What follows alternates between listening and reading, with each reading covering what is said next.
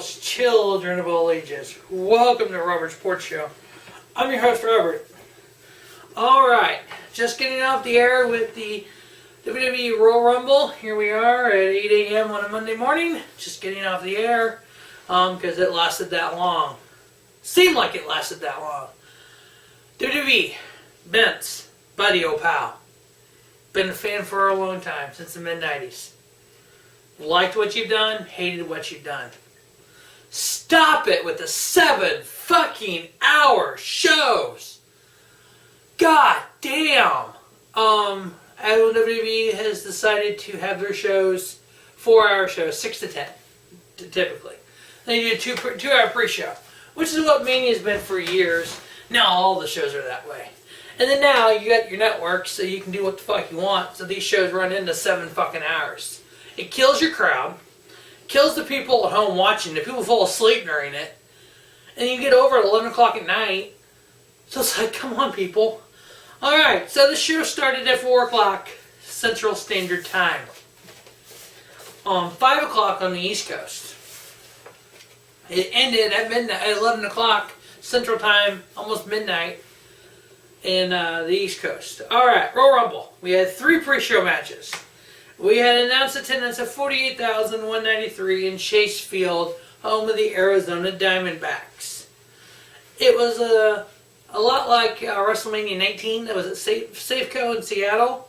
Had that kind of vibe to it, no entrance and everything. The entrance, they came out of the dugout, which was pretty cool. They had little mini Titantrons on the front of the dugout and the back of the dugout. So I actually thought the entrance was kind of cool. The setup was pretty cool. First match, we had a random tag match on the pre-show. We had the Raw Tag Team Champions. We had Bobby Roode and Chad Gable versus one half of AOP and Razor and one half of the Revival and Scott Dawson. Made no fucking sense. It wasn't for the titles. It just made no fucking sense. It was point fucking less. It was just to get the Raw Tag Team Champions on the show. I gave it 2.5. Why not do the fucking Revival? Why do one half of AOP and one half of the fucking Revival? Next, with the United States title on the line, we had champion Rusev versus Shinsuke Nakamura. Now, anytime you have a Rusev match, this was for the United States title. Anytime we have a Rusev match, we have Lana at ringside. Now, really, the only spot in this we're talking about is Lana got up on the ring apron. Rusev went to do like a spear kind of move on Shinsuke Nakamura. Nakamura moved. He knocked Lana off the ringside, and she hurt her little ankle when she fell. We have a new United States champion in Shinsuke Nakamura. Match was about, I'd say, 2 3/4. Really wasn't much to watch. Next up, the last of the pre-show matches, we have the Cruiserweight title.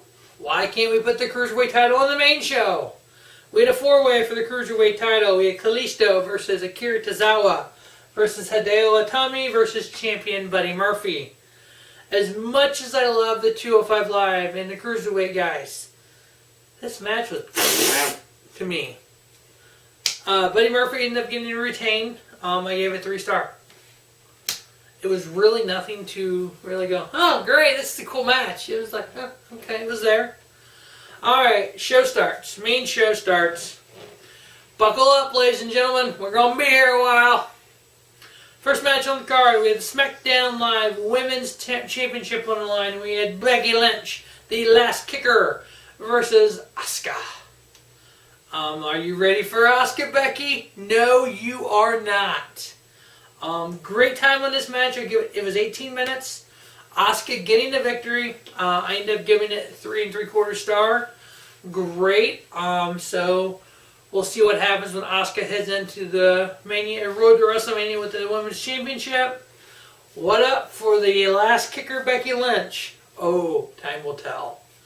Next up, we had the SmackDown Live Tag Team titles on the line. We had the greatest tag team ever, the greatest in the world, the best in the world, The Miz, and teaming up with Shane O'Mac versus The Bar. They don't set the bar. They are the bar.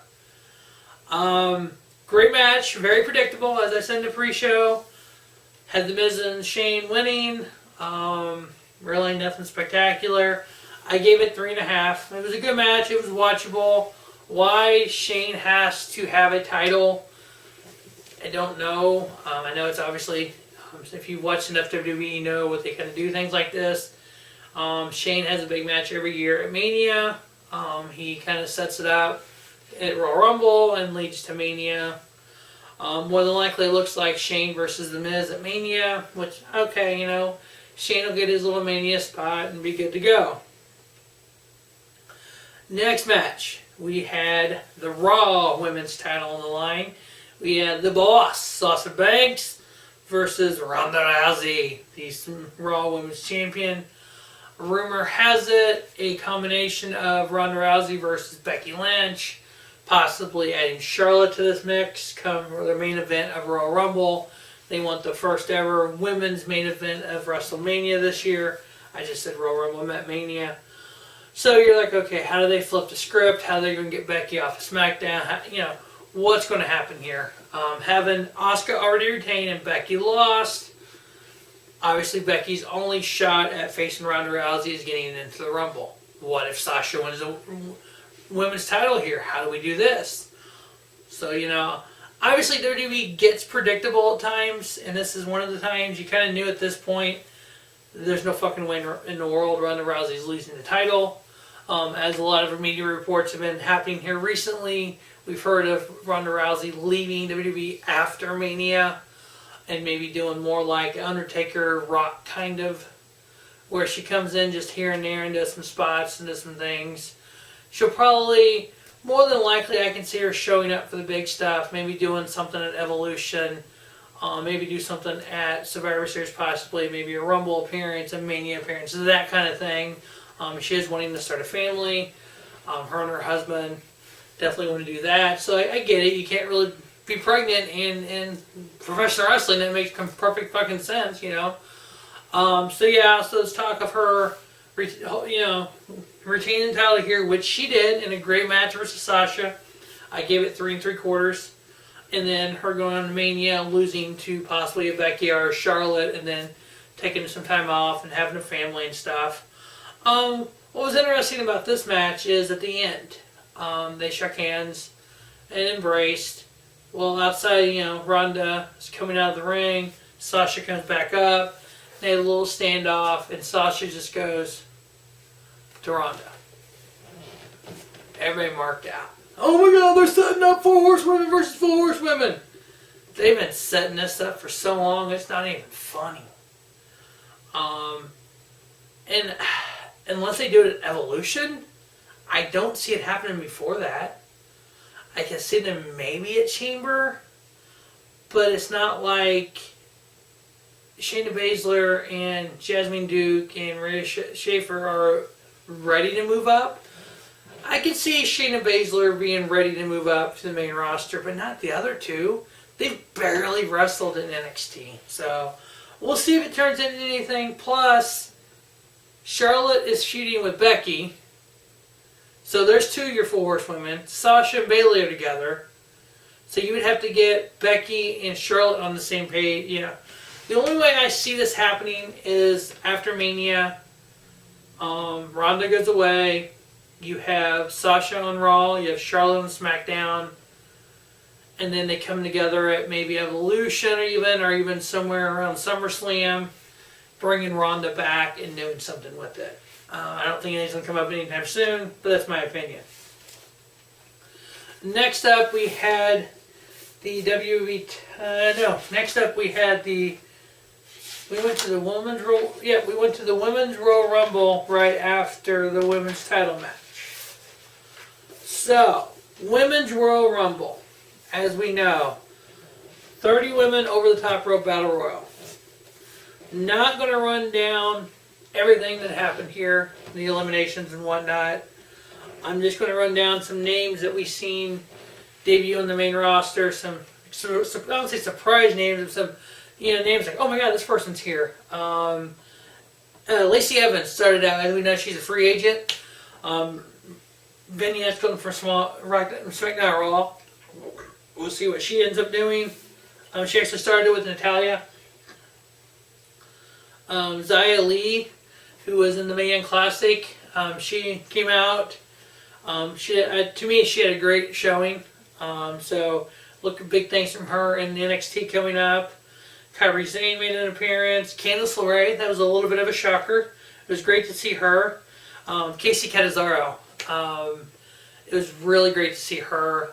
She did some amazing things. She was in the Mae Young Classic. I actually have watched her for the past, 6-7 years on American Ninja Warrior. Casey Catanzaro, Mighty Casey, did a lot of things for American Ninja Warrior. If you've never seen American Ninja Warrior, it's an obstacle course thing where basically the average people, you're able to go out there and do this course. It's been on 12 seasons. You have a qualifying round and a finals round in different cities. The top 30 after the first round in the city course go to the finals of the city course. The top 15 move on to what they call Mount Midoriyama. It's in Las Vegas. It's just an additional obstacle course, 4 stages. And if you fall, once you get to Vegas, if you fall, you're done. And they had 12 seasons of it. Only 2 people ever finished all 4 stages without falling. And they won $1 million. And one of them, they actually did in the same exact season. And at that time, the winner got $1 million. The guy who finished second got nothing. So if you've never seen it, go to YouTube and look it up. Go to Netflix. I think there's a few seasons on Netflix, possibly. I know it's on demand on some of the different channels, and they re-show it on some channels. Like I think NBC SP or whatever it's called, they re-show it. So RSN or whatever it's called. So yeah, if you've never seen American Ninja Warrior, check it out. Casey Catanzaro came there, did some great things there for women. Had a great showing here. Knowing her background, knowing that, I'm like, I really enjoyed seeing her. She did do one of these spots of the night. She almost got eliminated, but her feet never hit the floor. She did a handstand, had her feet against the side rail on the side barrier, handstand over to the corner, put her legs around the corner turnbuckle, and pulled herself up and got back in the ring. Just like a thing she would have done on Ninja Warrior, which I thought was freaking sick as hell. Everybody, Pulse Boys and Pulse Dungeon, we all loved it. Selena Vega, she come out, she was under the ring, and just half-heartedly, G-Man was like, I bet Hornswoggle's in there eating her ass right now. Just, Hornswoggle under the ring. It's always been a WWE thing.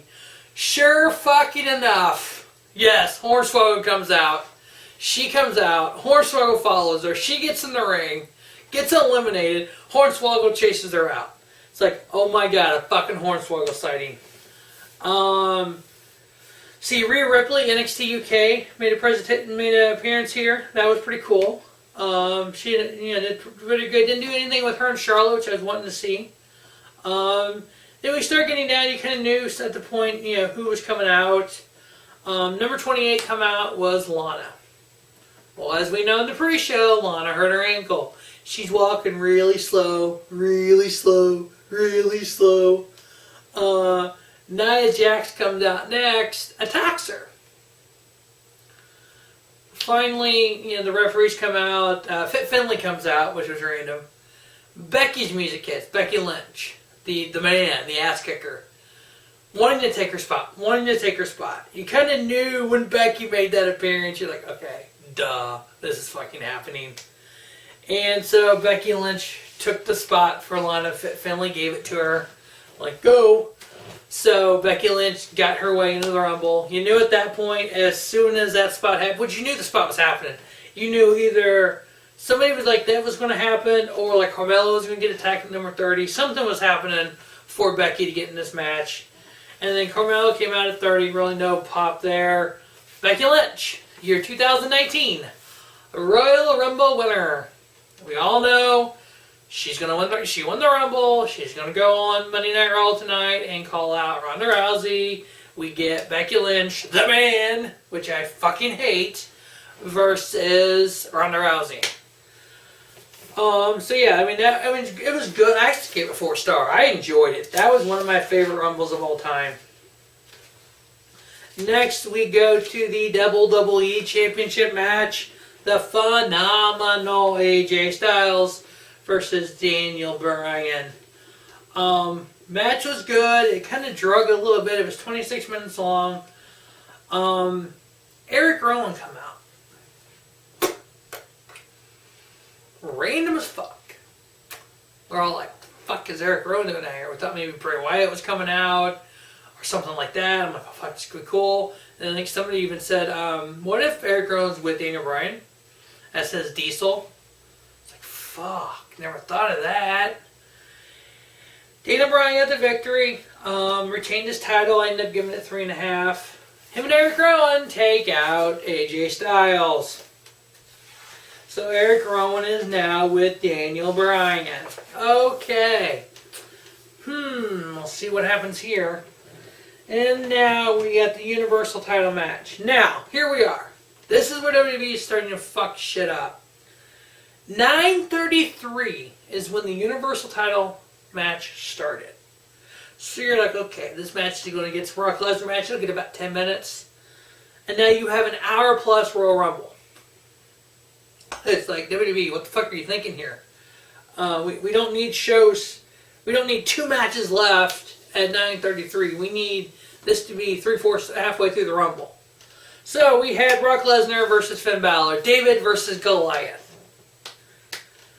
Started off hot. Started off with Finn Balor taking it to Brock Lesnar. Ended up with 4 suplexes.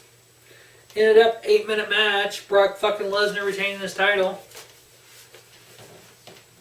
Why, WWE? Why do this shit? Why not just have fucking Braun? You already had fucking Lesnar bitch out Braun Strowman.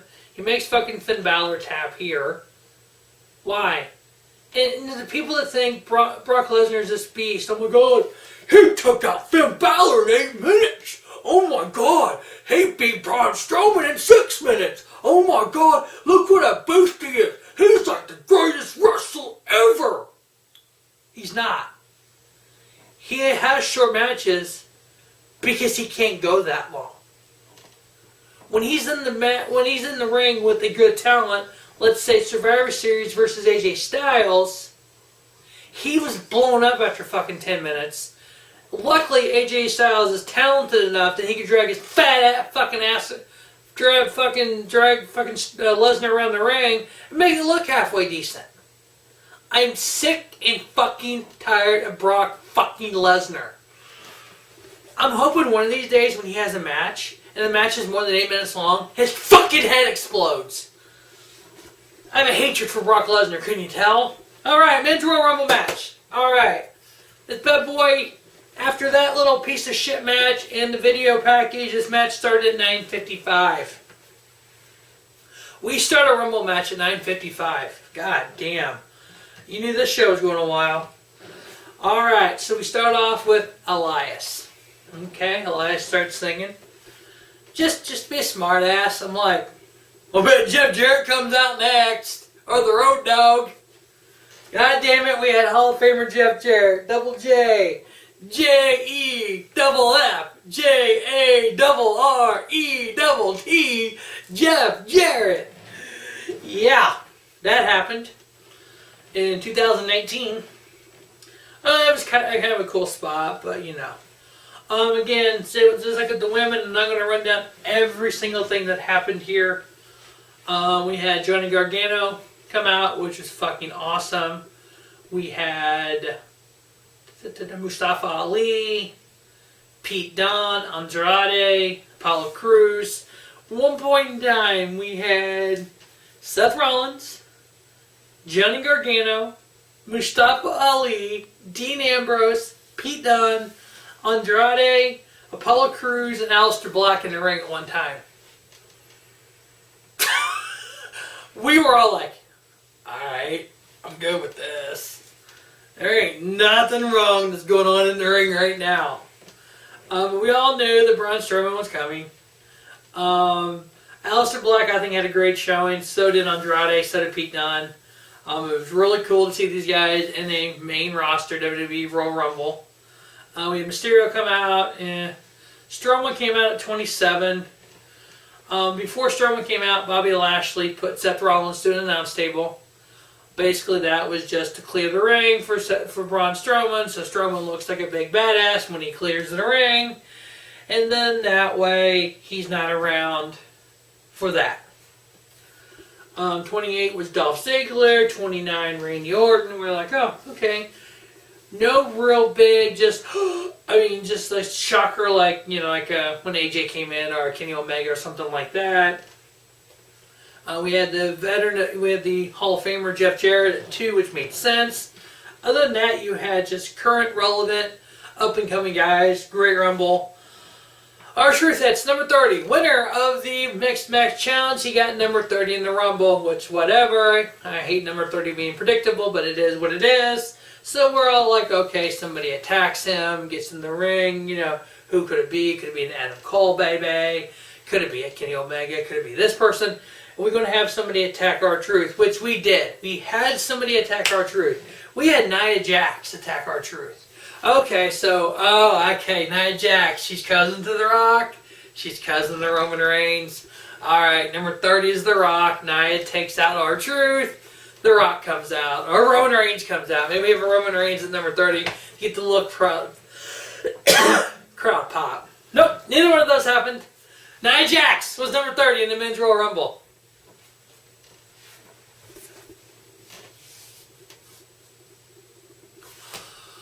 Why? WWE, why? Why have her lose a Women's Royal Rumble and then have her come in the men's? Yes, it has happened before. We've had Karma. We've had Beth Phoenix. We've had, I think Trish Stratus did it. So, we've had this happen before, women in the Men's Royal Rumble match. Okay. I will tell you. She took some spots. Normally, there's not intergender interaction with WWE. Oh, Nia took an RKO. Nia took a 619. Nia got eliminated, but Nia took some spots here. We had a final 4 of Andrade, Dolph Ziggler, Seth Rollins, and Braun Strowman. I was rooting for Andrade. I'm like I said in my preview, you got to build these guys up. And Andrade and Aleister Black, you got to build these guys up. You got to let show your fans that, hey, this is your guy. You built Roman Reigns up on a fucking pedestal. You have no one else built up. Seth Rollins makes a lot of sense. Andrade makes sense. Dolph, Strowman, yeah. I thought Strowman had it. No, unfortunately. Fortunately, not unfortunately. Excuse me with that language. We had the winner of the 2019 Royal Rumble, Seth freaking Rollins. A lot of people are saying, excuse me. There's a lot of people saying that he's going to slay the beast. He's going after Brock Lesnar. I can see that. I can see them doing something with that. WrestleMania 31, as we remember, it was Roman Reigns versus Brock Lesnar. Seth Rollins cashed in. Became world champion. Honestly, what I want Seth Rollins to cash in on Daniel Bryan. I want him to call out Daniel Bryan. I want Seth Rollins, Daniel Bryan at WrestleMania. That's what I want. Do whatever with fucking Brock Lesnar. I don't give a fuck. I want to see Seth Rollins versus Daniel Bryan at WrestleMania. And I only say that because I've seen Tyler Black and Bryan Danielson. I've seen them tag together. I've seen them have great matches. I actually have a video of some matches that J-Man copied for me and recorded for me of them two together. I want to see it at Mania. That's going to wrap up the Royal Rumble review. We'll see what happens on the road to WrestleMania. We have Elimination Chamber. We have the Worlds Collide thing happen this weekend. I'll check out February 2nd. We have Halftime Heat coming up. Chamber will be crowned the first ever WWE Women's Tag Team Champions. There was a WWF Women's Tag Team Champion, so it has happened in WWF before, but not in WWE. Fastlane on the road to WrestleMania. Definitely will have some best of WrestleMania stuff up. Kind of the road to here on Robert Sports Show, which we've done before. Make sure you look for all that. Alright. Thanks for watching the Robert Sports Show. And don't just have a great day. Have a spiffy day. Robert Sports Show, your YouTube leader in sports channel content.